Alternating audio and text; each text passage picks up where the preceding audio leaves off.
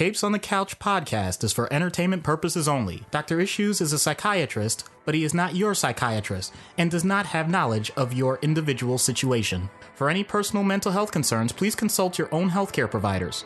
For medical emergencies, please call 911 or the designated number in your area immediately. Remember that you are not alone and help is out there.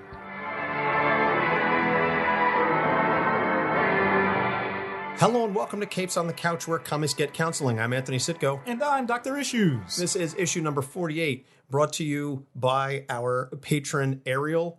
Yay! Thank you so much. This one really has me excited. You'll find out why. She has requested that we cover the Man of Steel's arch nemesis, Lex Luthor. So before we get started into that, I just want to give a couple of quick mentions. Our friend Kate over at Ignorance Was Bliss is going to be doing a live show July 12th in Chicago. So you can check that out at her website, iwbpodcast.com, or follow her on Twitter at iwbpodcast. It's a fun little psychological and crime show. So if you're into more of the true crime stuff mixed with some of the psychology, it's a really fun show. So give a shout out to Kate. And she loves us back.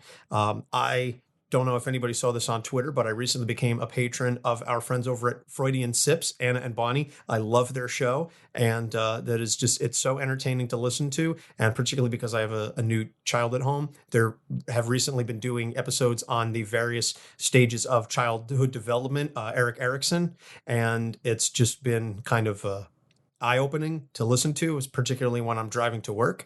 So you can check them out at Freudian Sips. FreudianSipsPod.com, I believe, is their website, or you could just look up Freudian Sips basically wherever it is that you listen to podcasts. Which, delving into the last plug that I want to give, we have a new outlet for our show, and it is Podcoin. And this is a really cool app. It's an app that basically lets you earn money for listening to podcasts. Every 10 minutes that you listen to a podcast, you earn a Podcoin, and you accumulate enough Podcoins, and you can then transfer them for gift cards for Starbucks, Amazon, etc., or you can donate them to charity. And the fun thing is that for the next 2 weeks, we are a bonus podcast. So you'll actually earn 1.5 Podcoins for listening to us for 10 minutes. And if you sign up at podcoin.com right now and enter the bonus keyword capes, you will earn some additional Podcoins. So check that out. It's available on Apple and Google. So if you check out either of the various app stores, you can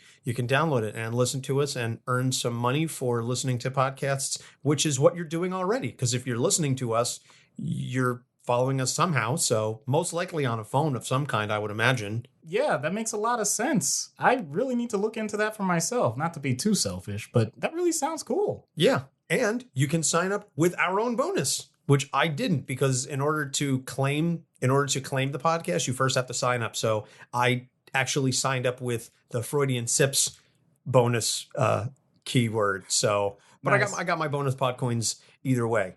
I forgot one more thing. I did mention we are live streaming this episode. So this is the first ever live streamed episode. So thanks to all of our glorious and wonderful patrons, we have crossed the $50 barrier. And as a result, we are live streaming this episode. This and the next one we're recording together. So that's incredible. That means that I could look at myself looking at you while you look at me while we're talking to each other face to face. And now I've gone cross-eyed. Yep. So if you're listening to this and you want to check out any future live streaming sessions, please check out our Patreon page, patreon.com/capes on the couch. You can subscribe at the $1, $3, and $5 levels. Even the $1 patrons will still be able to access the live streaming. So we're looking to possibly open it up to non-patrons, but in the meantime, we want to give that first little interaction with the folks that have been with us from the beginning. And so we very much appreciate all of our present level patrons and everybody who really gives their hard-earned money to us in any fashion, whether it's $1, $3, $5, $10. You are helping keep the show going, and we will be announcing some merch in the very, very near future. So stay tuned for that, and hopefully you can get some cool Capes on the Couch swag. I've rambled on enough. Doc, anything you want to throw in before we get to the meat and potatoes of the episode? I just want to say that this is incredibly awkward because I don't like the sound of my voice in the first place. And now people are going to actually see me in video. Oh, No, it won't affect me. I'm sorry. I wanted to make it sound more dramatic, but nah, this is cool. All right, so let's get started on Lex Luthor, the arch nemesis of Superman.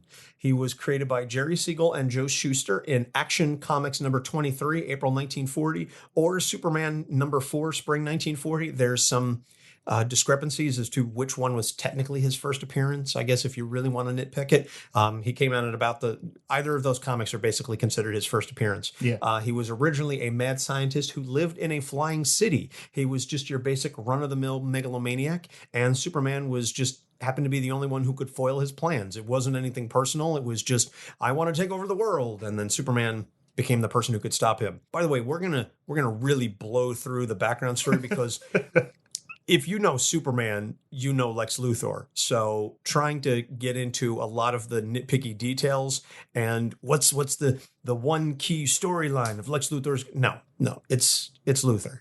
I'm going to give you a lot of credit ahead of time. You do not mention kryptonite in here once. That's impressive. I thought that was going to be a major factor at some point, but it doesn't have to be. So kudos to you. I think everybody expected that. I mean, I may be putting words in other people's mouths, but seriously, you think the triangle of Superman, Lex Luthor, kryptonite. Oh, well. Yeah, I don't actually think kryptonite is mentioned once throughout any of this. Right. Okay. I didn't even realize that because I think I was so focused on the man himself and not trying to acquire kryptonite and blah, blah, blah, blah. I mean, because again, everybody knows it. It's like, okay, let's talk about how Batman's parents died and there's an alleyway and a gun and pearls. And how many times do we have to see that scene over and over and over again? You get it. Let's move on. So the origin story, but I will, again, just for the 5-minute version, the origin story later reveals that he was a scientist in Smallville who liked Superboy, and they were friends until an accident at his laboratory turned him bald and killed an artificial life form that he had created. So he blamed Superboy, and this eventually, many, many years later, explains his hatred and jealousy of Superman because, as I said, he started off as just your basic average megalomaniac, and then it became personal. So after Crisis on Infinite Earths, the 1985 massive overhaul / reboot of the DC universe, Luthor was reimagined as a corrupt corporate executive who hates Superman because he is the one person that Luthor can't really buy off, that he can't corrupt the big blue Boy Scout, so to speak. Yeah.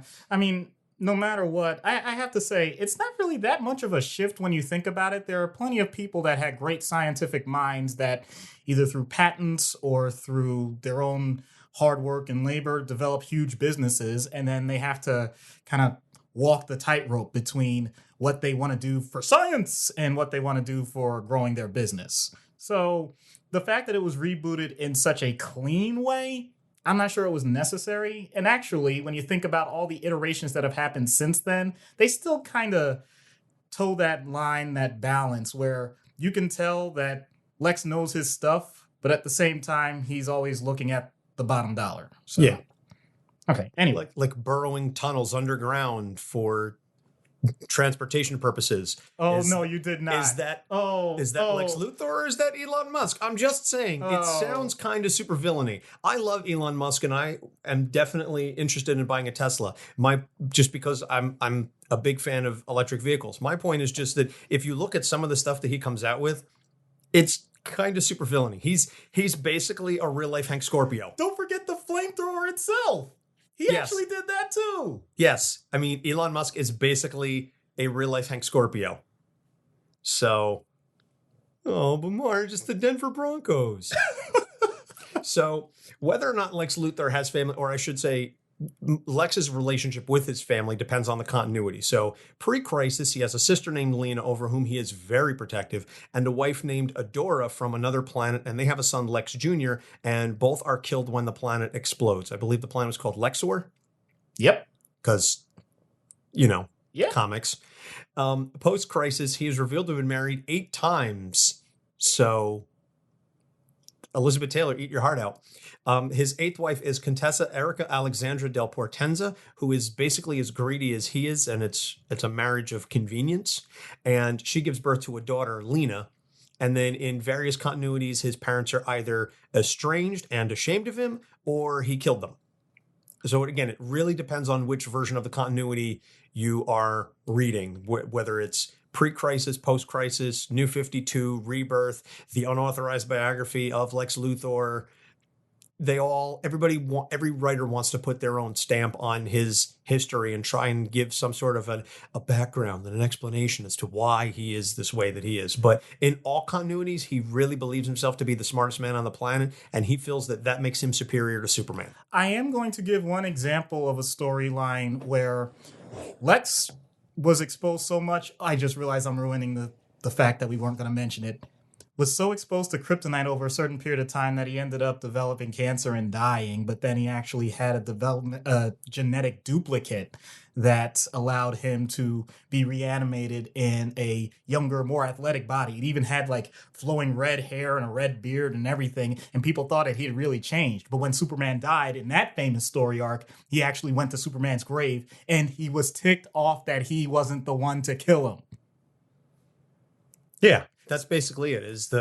I should have been the one to destroy you. So even at his most relatable, because he had to reorganize his life and kind of start from scratch, he still came down to, I hate this man and I know that I'm better. So good job sticking with that continuity no matter what. Well, and I want to address this one particular, which just happens to be one of my favorite Superman stories. Not that I have a ton of Superman stories because I'm not much of a DC guy, but one of my favorite Superman stories is All-Star Superman. But I feel like the entirety of All-Star Superman deserves its own episode, frankly, because it is so beautiful. But the fact that Luthor at the end of it finally acquires all of Superman's powers and sees everything that Superman is capable of and finally gets it. Yeah. And I believe it's the only opportunity or the only instance where Luthor does a full face turn and he finally realizes, oh my God, now I get why you are the way that you are. This is right before Superman dies. So once again, ruining the fact that we said we were going to keep this short. I can't help it. If you're going to mention All-Star Superman, I'm going to mention two. I'm going to mention Superman Red Sun, where Superman was split in half. Or no, communist. Right. I'm sorry, I forgot. He was found after it landed in Russia. Russia. Superman Red Blue. Yes, right. Superman Not Red Sun was where he lands in Russia and grows up to be the paragon of exactly. And Luthor communism. Still is his antagonist, but Luthor's whole approach ends up being a positive, even though he still has pretty much the same attributes that he has in most other continuities. Why don't you put the whole world in a bottle? Boom.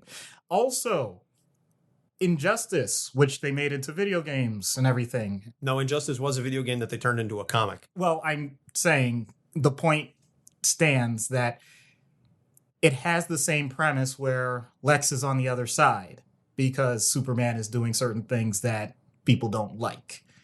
And yet, I still couldn't like him. I still thought it ended up coming across as Lex wanting to be the guy. And I know I'm going to get some other opinions on that, but that was just the way I took it. Well, it's a pretty fun game, by the way. And okay. And Injustice 2. It's also fun. But what goes way off the rails in terms of the story. But all right. Anyway. So delving into the issues, and again, we're going to try and keep this broad, but Ariel had a couple of questions. And the first question that she had, and I think what gets really to the key of Lex Luthor is, why does he hate aliens and Superman in particular? Well, we can start with the basics that you already named. He actually has done some things that cause direct damage to things that Lex cares about. But I don't think that's really the premise behind the character as a whole. It's more the idea that he can't stand things that are out of his control, and he can't stand anything that is outside of himself. What I mean is, he's developed his own schema of the world, his own view of what should be there and what shouldn't be there. If you take anything that doesn't belong there and thrust it upon him without his input, he doesn't take it well.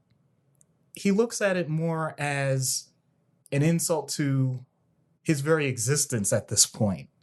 He knows that when he was born, however he was born, to whomever he was born, that he was destined for great things.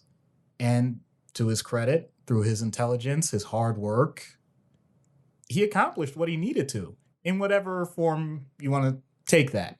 If he was a scientist, he was the most brilliant mad scientist known to man. If he was a businessman, he built up LexCorp to be the most powerful organization in the world.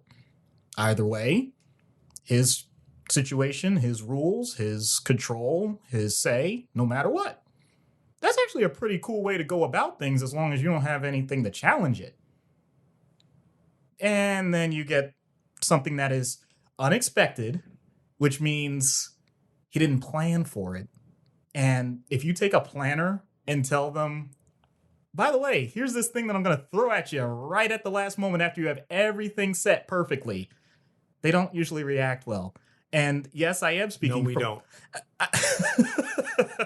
I was going to say, I am speaking from direct experience with those that have that mindset. And I know I feel personally attacked by this relatable content. Well, if you feel personally attacked, then I can't imagine what my wife is feeling, because the number of times that we've had discussions and I've thrown something out there that was not part of the original situation, and I see the flames shooting. Flames on the side of my face. Wait, so you're telling me that your wife is a control-oriented planner? I had no idea. Quite possibly. And I love her very much. And I know that she loves me back and will do no harm to me after this episode. I guarantee it. I hope that's enough protective statements. Anywho, to get back to I'm Lex. a lawyer, that's good enough. It's interesting that Superman is an alien, and I swear to you, trying to invoke any politics of any sort. I'm just pointing out that many times the unknown can be the scariest thing to a person. And it's partly due to our survival instincts. Many generations ago, if you are a hunter-gatherer and you are in an area that you're unfamiliar with and you see something that is a living, breathing creature, you don't know what it's going to do. You don't know what it's capable of. And your first thought is that this may kill me. So your only goal at that point is, how do I survive? Therefore, you're going to take the proper steps to survive. Unfortunately, that doesn't exactly lead to civil dialogue, because your thought is, what do I do so I don't get killed? And unfortunately, the way we are wired, one of those actions is, if I kill you first, then I am guaranteed to survive. Thankfully, we are now in a civilization that does not immediately go to those steps. I say immediately because we still have plenty of circumstances where that happens. And no, I am not talking about just alien in the sense of being from another country. I'm talking about the fact that the way modern society has developed, especially in urban environments, how many of your neighbors do you know? Seriously, what's their name? How many kids do they have? What's their job? You see them go out and take their garbage out to the curb, but do you actually know anything about what's in there? No, don't go through people's trash. I'm not saying that. I'm saying that we as a whole have really learned to become insular and isolated compared to previous generations. Lex does an excellent job of acknowledging that within his business or within his laboratory, he's able to manipulate the variables at his whim. And you have this one massive construct that doesn't just come up as an annoyance, but has the capability of destroying everything that he's ever done, and doing it in fairly short order. Superman doesn't really have to put in much effort to destroy someone like Lex if he really wanted to. I'm talking physically, I'm talking mentally, not saying that Superman is smarter than Lex, but if all he has to do is think up something that Lex didn't plan for, do it somewhere else, and then immediately place it in his vicinity without him ever recognizing it, game over. And yet he never does that. I think that compounds Lex's frustration. because he's going off of fight or flight, where his opponent is going by, I don't care. It may be a completely different construct that we can't comprehend. And the idea that Lex has to figure that part out in a way that no one else can, he puts himself on this pedestal alone. He doesn't even try to think that other people could understand why he's so upset. And therefore, he doesn't seek acclamation for it. He doesn't seek acclaim for it. He doesn't care if people cheer or boo him. He just knows that he has to win. So I'll leave it at that, because I could go on for hours on something like this. Oh, absolutely. And certainly there's enough history on the character to allow that. And any issue or any example of something that you're looking for, you can find it with Lex Luthor and Superman. Because, again, they've basically done everything under the sun in terms of interactions with each other to say, okay, well, here he does this. And if you're looking for an example of, well, this is where he's trying to do this to Superman, you look at this issue, this arc, et cetera, et cetera. So the next thing is sort of an overall question again that Ariel had. Is he capable of actual love, trust, or friendship? I'm going to go with the basic premise that I use for all people and say yes. Because he is a human being, he is capable of those things. The question is, to what extent does he allow any of those things to develop? From the numerous examples we have, I would say it's minimal. I like the fact that based on the background we get at different points, that it goes different directions.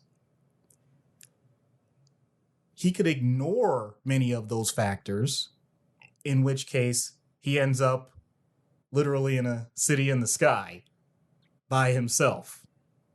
Or he could think already that he has so many positive attributes that as long as he's in connection with other people, he's automatically going to get those things with no other effort.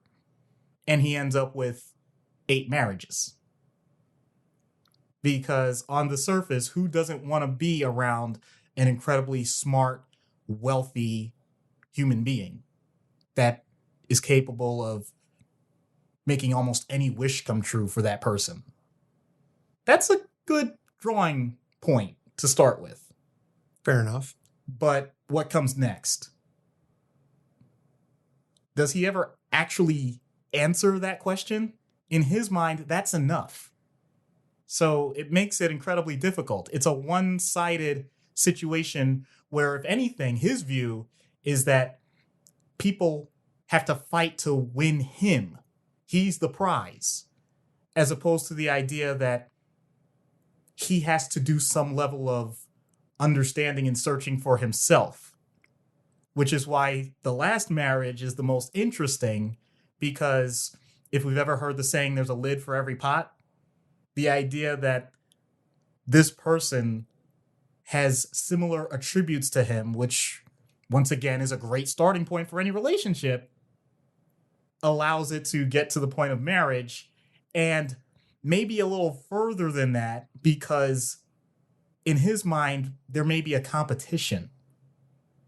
And in that sense, we already established he wants to win no matter what.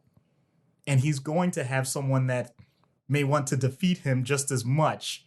And yet they're in this mutually assured, I don't even know the term for it. They both are going for the same thing. And the fact that they're still rivals in a cooperative situation makes it all work. The best examples we have nowadays are what I'm wearing right now. I'm going to show it. I'm turning my head. I'm showing it for everybody. If you can't see that, that's a Yankees logo. It's not about the Yankees themselves. It's the fact that they're a Major League Baseball team. Everybody wants to beat the Yankees. And yet, if we had it any other way, the Yankees wouldn't exist. You have to have a bunch of teams saying we all want to win and we're all competing against each other, but we all need each other for the competition to happen in the first place. It's a strange way to go about things outside of that type of competition, though. A marriage. You need a bad guy. Say hello to the bad guy. Say goodnight to the bad guy. It's a difficult way to go through life any other way, though. Seriously. We all, in general, in a capitalist society, think that competition is good when it comes to businesses. That's fine. Not so great if you're trying to have lunch with someone and you just want to talk things out. It doesn't work on the personal level. And that's why he struggles so much. So, is he capable of it? Absolutely. Has he shown any consistent effort to go through the intricacies of learning about someone else other than for utilitarian purposes or for a fleeting moment of his own gratification? Not really. So, unfortunately, it sounds like he's going to remain kind of like Shallow Hal. Interesting. Okay. Well, that ties into the last thing that we're going to get into is his feelings towards family and his parents, sister Lena. Again, some of this is continuity dependent, but in the one version, he was responsible for the accident, the car crash that killed his parents. In other versions of the continuity, his parents are just ashamed of him and they change their name because they don't want to be known as being related to him at all. Lena in particular and his feelings towards her, he's either very protective or she's trying to usurp him because in some continuities, the Luthor competitive thing, it's a family gene and it's not specific to just Lex, that they're all like this and that Lena is trying just as hard to undermine him. This is something that, again, a lot of it depends on the continuity, but so I guess that makes it a little difficult to answer the question. But to tie in with that, how would someone like that relate to their parents or their sister? Let's assume that let's assume for sake of this discussion, though, that he is overly protective of Lena, that this is the continuity in which he cares a great deal for her.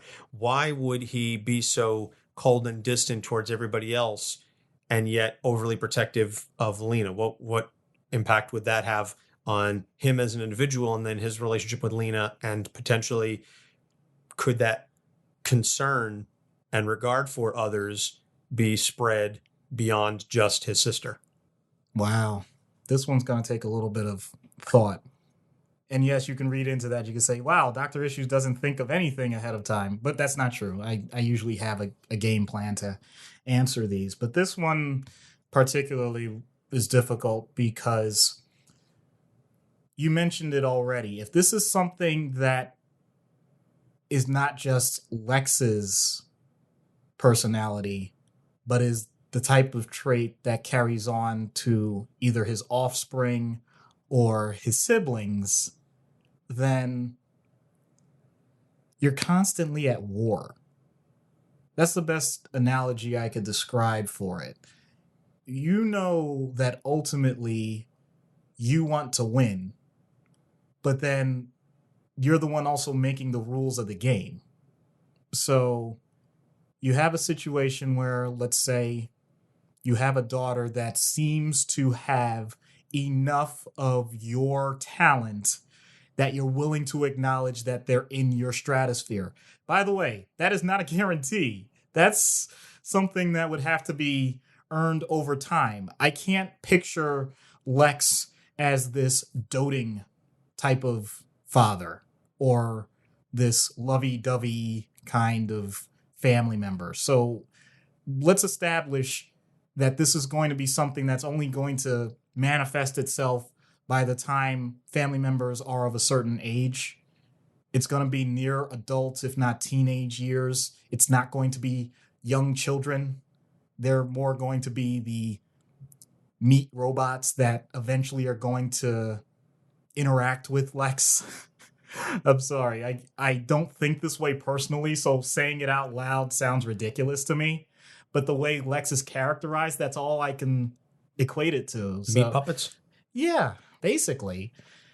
But the good news Fleshy ones? the good Next news wave. the good news is they do develop into human beings, and he can at least acknowledge that. And heaven forbid that they exhibit anything that will flatter him. Because I could say as a parent, and you can too, that anything that you see in your child that reminds you of yourself, that had any positive impact in your life, gets amplified by 1,000. It's not just, oh, he has that trait. It's, he has the single greatest trait in all of mankind's history. That's human nature. That's what we just like think. me. That's what we It's think. a little clone of me. Mwahahaha. And I know that's for exaggeration, and yet with Lex, there's a huge part of him that acts on that. And so... And in some continuities, it's not a stretch to say, this is a clone of me. So... Because it literally is a clone of him. Right. So... It's not just whether or not he wants his progeny to survive or do greater than him. It's... This is the only result that could be better than anything that I imagined, where I, in theory, could relinquish some level of control and, in theory, get some break, to get some rest for that split second that someone else is able to do something that I approve of. It's a release valve that he wouldn't have otherwise.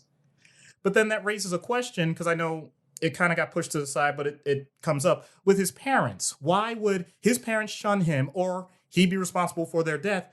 How do you get that difference if he's willing to treat younger generations in a more positive light in theory? And it's shown that he's willing to do that because they're old news. They did their job. He has already demonstrated in his mind that he is the next step. If we want to talk on a much smaller scale, of course, fascinating since we just did the Magneto and Xavier episode, he's the next evolution. Why would you go backwards when you can go forward? And that's the way he looks at his parents. I'm sure if you got him in a quiet moment when he wasn't plotting, planning, scheming, etc., if you asked him, what is the one thing that you are grateful for from your parents? And I guarantee you he would say the egg and sperm. Just that cold. That's what they were for him. So you want to compare that with, ironically, probably the same starting point, but the promise that there is so much more that'll allow him to create that huge discrepancy. And saying all of these things out loud are really disturbing to me, once again, because I don't view life this way. I don't view relationships this way. And the fact that a character can be written in such a way that anybody who picks up writing him knows this almost inherently. It's just a little too disturbing for me. Well, that's why we discuss them and we use the fictional characters to address real life issues. And we certainly hope that no one knows of any people or individuals like this. But in a way, I think it's almost freeing to be able to discuss this because you have the distance and objectivity needed to discuss it. And yes, it irks us, but I think the fact that a person like this is so rare to find in real life in our society is certainly not just a benefit, but it gives us that distance and objectivity because it's not something that I think any of us or the majority of us would have personal interactions with. So, and if you do, then, you know, I am incredibly sorry that you've gone through that, and that is not something easy to bear, whether it's your parents or your children, etc. That if you are dealing with someone like this, I don't know what else to say other than I'm sorry, and I wish the best for you. Yeah, the real life example I would give is something that many people go through. If you have no connection with biological parents and you are adopted, at a young age, or there was a significant level of abuse with biological parents and you're in a foster situation, many times the relationship purely becomes a situation where you acknowledge that that person is responsible for you physically being alive and nothing more. If that's the case, then that's unfortunate. I hope that the person is allowed to move forward with their life as opposed to having to dwell on it, because sometimes that creates unknowns. And when you have those unknowns, depending on your personality type, you may want to explore that further. Other people are very content to leave secrets where they are. Either way, there are ways to deal with it. There are ways to have a happier existence than just leaving things the way they are if they're causing you anguish. So, as you already said, I wouldn't wish anybody to go through that, but I also know that it happens. No, absolutely. I'm not so oblivious to indicate that it doesn't happen, but I certainly feel, or at least the optimist in me would like to hope it's the minority of interactions, and hopefully we can treat them accordingly. So let's take a break, and then when we come back, we'll get into treatment.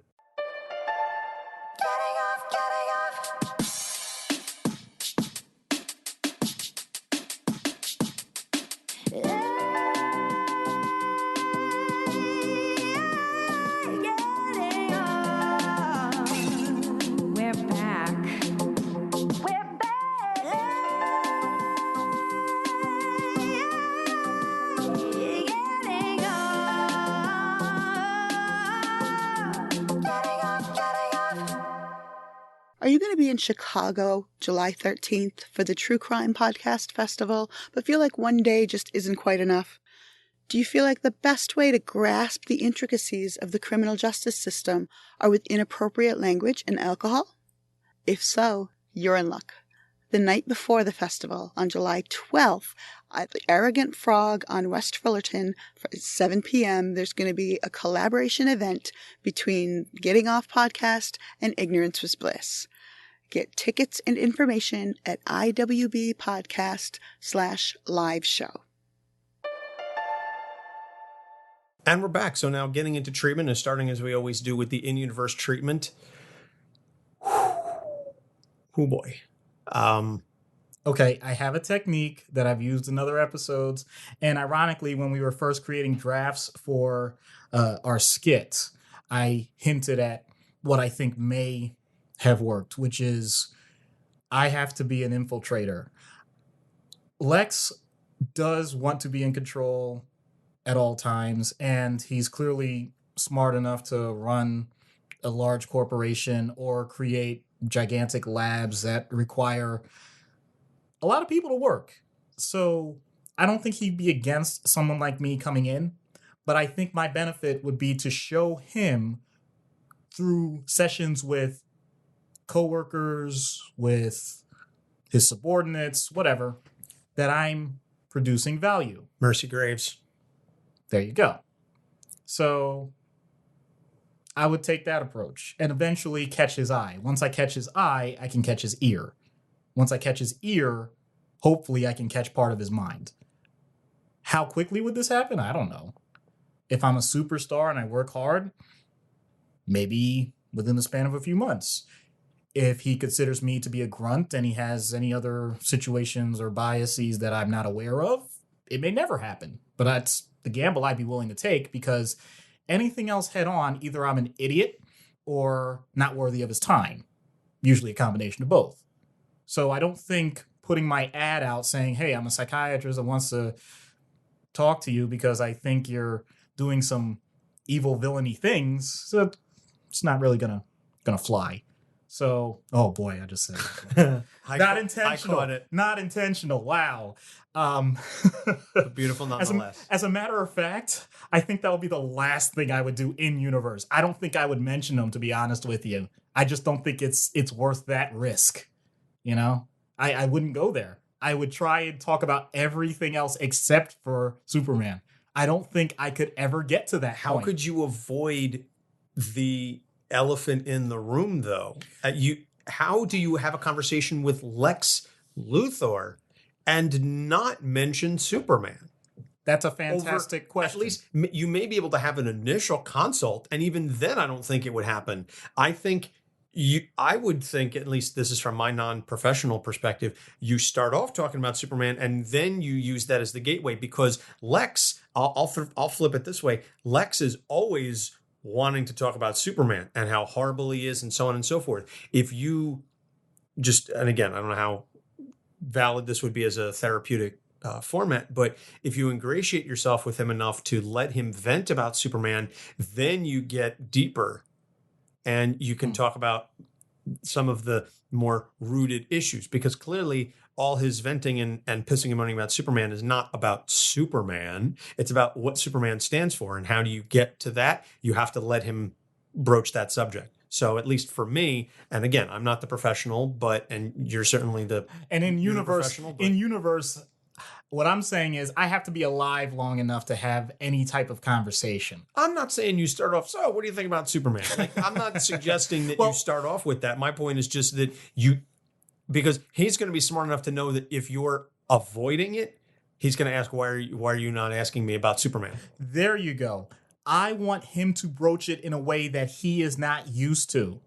He is used to giving directions to people on what to do about Superman. He is not used to a person trying to talk about every other aspect of his life except for Superman.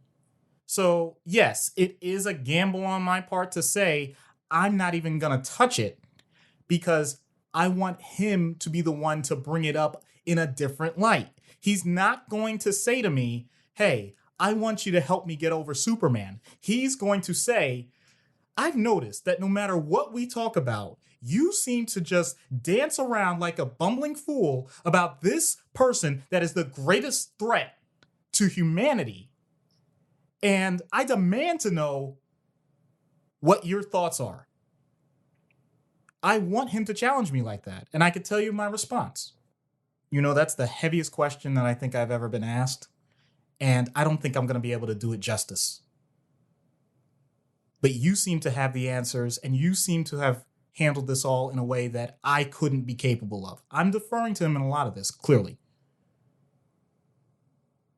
So do you really want to know my answer because you want something different? Or do you want my answer because you want me to agree? And I don't know what he would say to that. But I want to make sure that he recognizes that all of a sudden we may be talking about the biggest issue, but I'm going on a completely different path.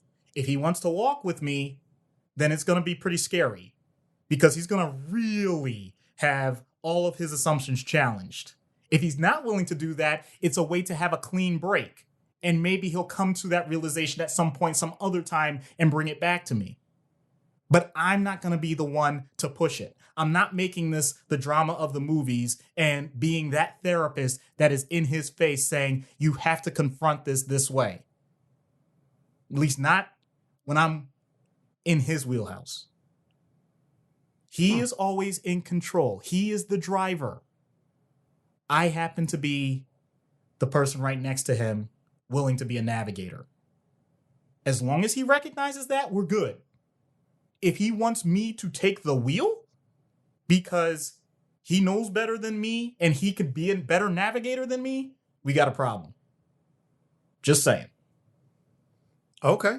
All right. That's fair. I can certainly respect that. And I understand where you're coming from. Like I said, I guess And by the way, you would get totally different opinions on this. Plenty of people would approach that a way different way. I understand that. I understand that. I'm not saying my way is perfect. I'm saying when I have someone like that has that much power, that much ability to act on it, and has shown that he doesn't suffer fools lightly, I'm going to take a very slow road, cool, chill approach, really trying to navigate around as opposed to straightforward.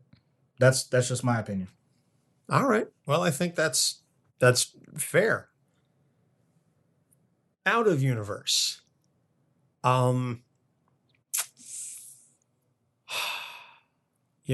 We really try on this show to be fair, neutral, not delve into some of the more hairy issues when it comes to real life. You're really trying here. I see it. I really am. This is even outside of politics, but I mean, if you can think of a better example for a real life corollary. Hold it. Thank goodness you haven't said a name, because you don't have to. Here's what I'm going to work with, okay? I am going to point out that there are many people in the world that have a fear of the unknown, that have a fear of people outside of their general social sphere. That can come across in many, many different ways. It can be outright xenophobia. It could be racism. It could be ageism, sexism. It could take lots of different forms. So I would say, for the sake of this discussion, let's leave it at that. We do not have to name names. We don't have to go that far. We don't have to mention a wall. We don't have to mention anything about who's coming where or tariffs or any... Doggone it. Yeah. Look. When you see something obvious, sometimes you do have to just point it out, okay? But I'm still not saying names, all right? That's fair. For people that are really confused right now, that's not the intention. What I'm going to say is look up the Goldwater rule when it comes to mental health, psychology, psychiatry, okay? If you look up that rule, you will understand why I'm being so evasive. Yes. So I'll once again leave it at that. Although that is even being challenged by current psychiatrists in the American Psychiatric Association. I'm not getting into that. I swear to you, I'm not. Okay? So, in any case, out of universe treatment for someone who has a significant fear of a group of people for whatever reason. And has the means to make changes and implement things that would impact that group or individuals. Mm-hmm. Mm-hmm. God help you. I'm going to say that immersion is way more effective than you think. I am going a completely different direction than what I was describing with Lex as a character. I'm pointing out that sometimes, and this may be difficult with someone who is in a position of power, I understand that. But similar to the show Undercover Bosses, I know I've used that as an example in previous episodes. When you meet other human beings, thankfully now, because we are in a very civilized society, as long as there's some common goal, people will not immediately attack each other. If you have a job to do, if you are working in the same space as someone else and they are not interfering with your work, you will do your best to continue that status quo. Does that mean that you become friends? Probably not. But just to really simplify it, if I make widgets for a living and the person next to me also makes widgets for a living, and that other person has some sort of situation or attribute that I am not familiar with, but is still making widgets the same way I make widgets, then that tells me that person has a common factor that I did not anticipate. Because much of the fear comes from the idea that other people are trying to directly attack you and directly trying to worsen your life. So it comes down to that simple premise. Is that accurate? How can you give examples where it's clearly not accurate? The more personal, the better.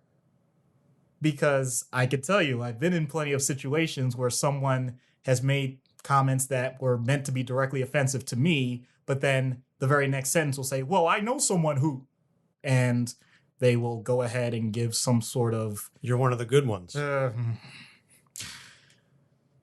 know, it's fascinating. I actually did just have a conversation like this with my dad yesterday, and he gave an example at his job of something very similar with someone that was going through training for their position. And it was outside of the country, and ultimately the person did say something just like that. And, jeez. Well, remember, this is decades ago. It's not exactly right this moment, and yet I know for a fact that those situations still happen. I think the one linchpin that can really make a difference in this, though, and I'm saying this personally, is when you can be the example yourself as the therapist. For a male who figures that there's no way he'd be able to relate to a female therapist and that female therapist actually have a positive effect, that's a great way to get the ball rolling for that person's experience with females in general. And you can attribute that to just about any other factor. You can be that person. So with someone like Lex, I would first have to find out, am I viewed in that category?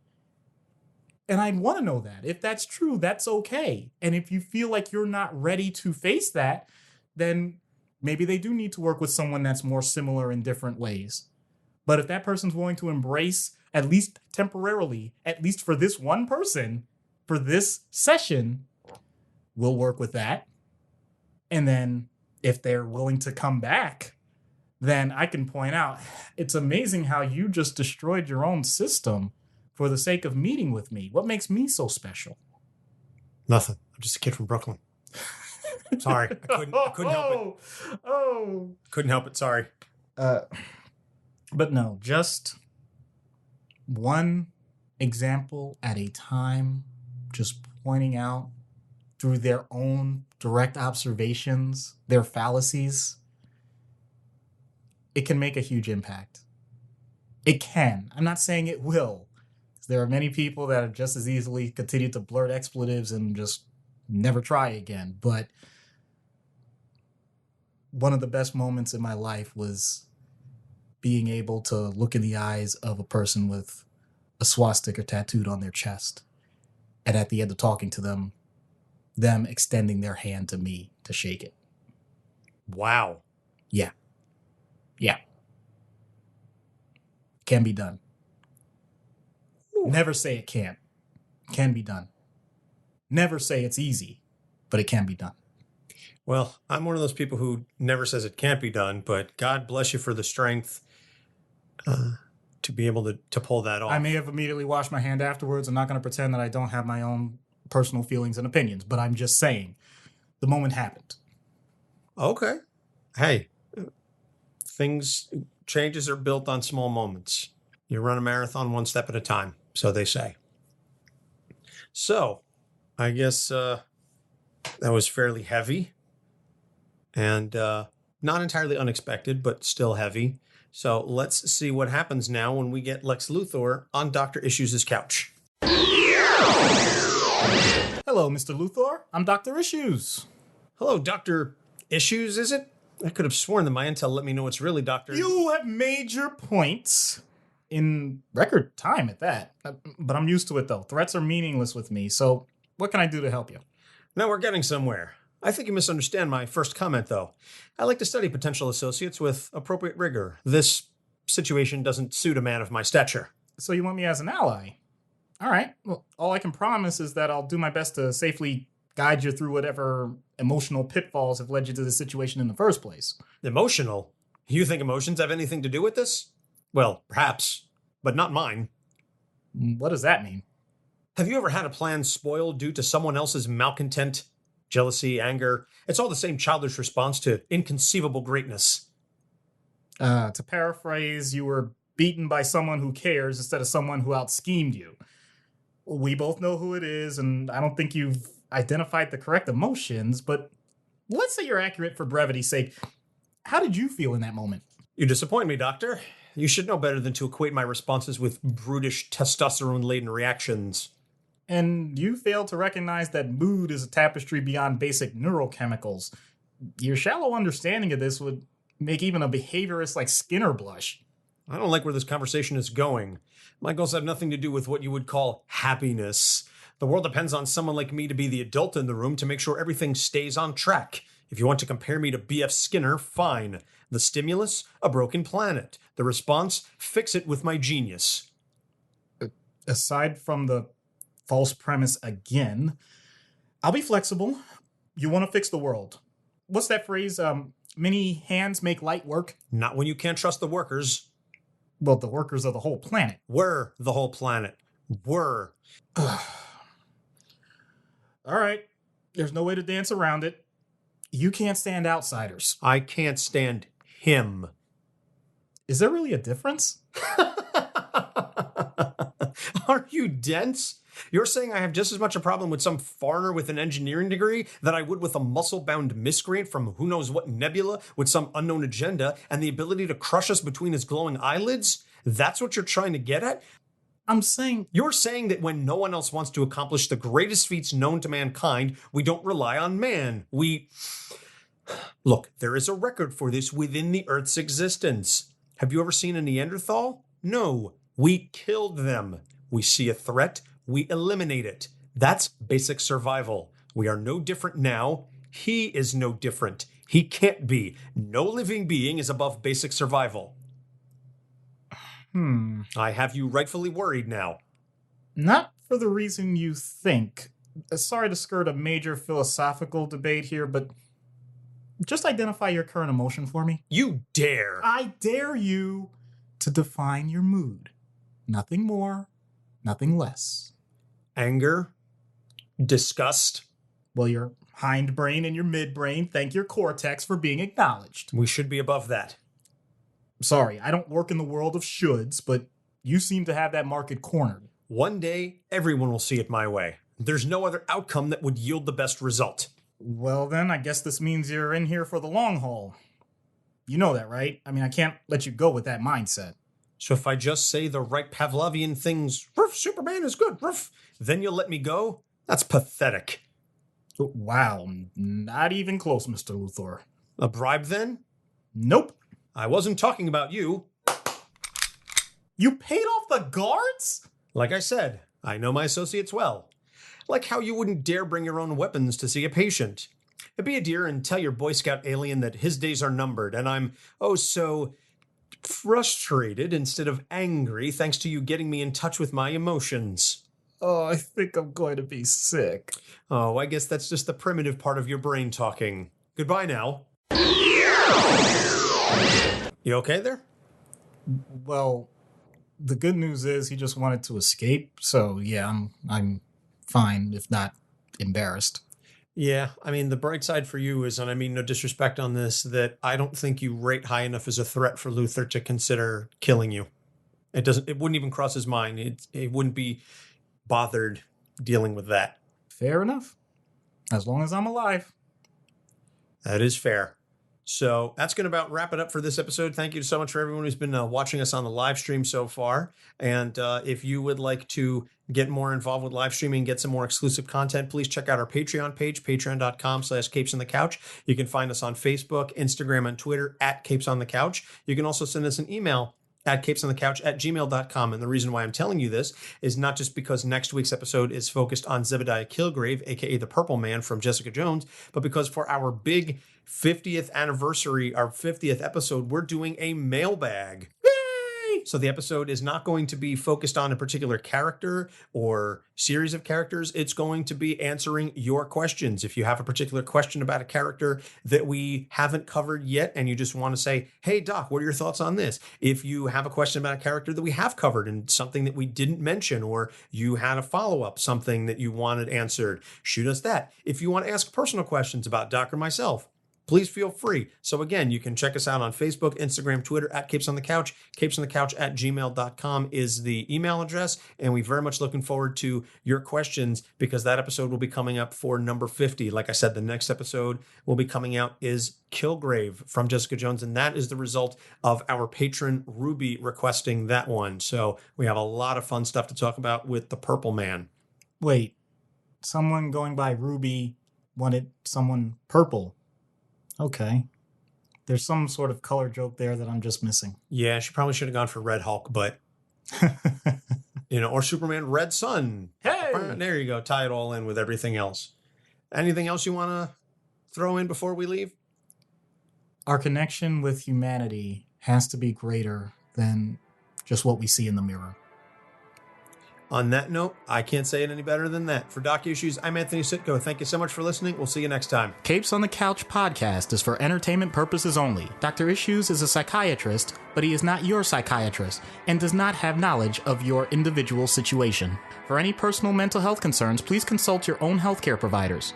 For medical emergencies, please call 911 or the designated number in your area immediately. Remember that you are not alone and help is out there.